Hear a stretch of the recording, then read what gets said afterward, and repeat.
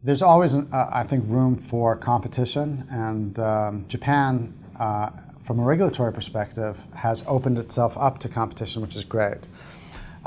What the exchange did very, very effectively was, again, take a look at what happened in the United States and Europe, and the exchange geared up for that competition. So they lowered their transaction costs, and they sped up their infrastructure, and they gave the market what they were looking for from the competition that came into the United States and Europe.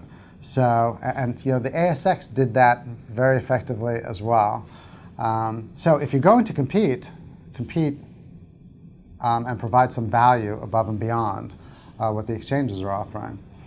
When competition came into the United States, the exchanges were slow and stodgy, and their transaction fees were very, very high, and the competition came in, and reduced the price, and that was some value above and beyond.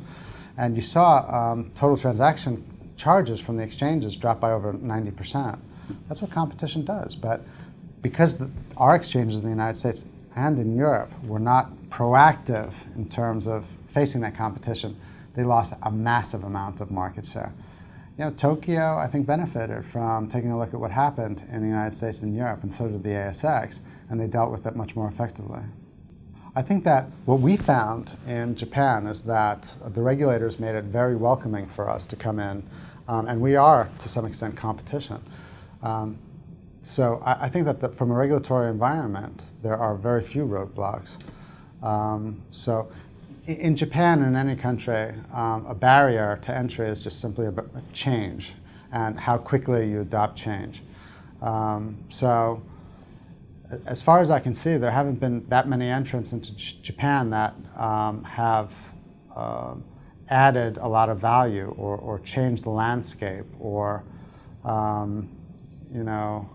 appealed to a different market segment. I'm not sure that, I think that the only barriers that I can see in Japan, quite frankly, are exactly that. Come in with a new idea. That's number one. But number two is you have to understand that when you're dealing in Japan, it's a slower adoption rate, I think, than in the rest of the countries in the Asia-Pac region that we've seen.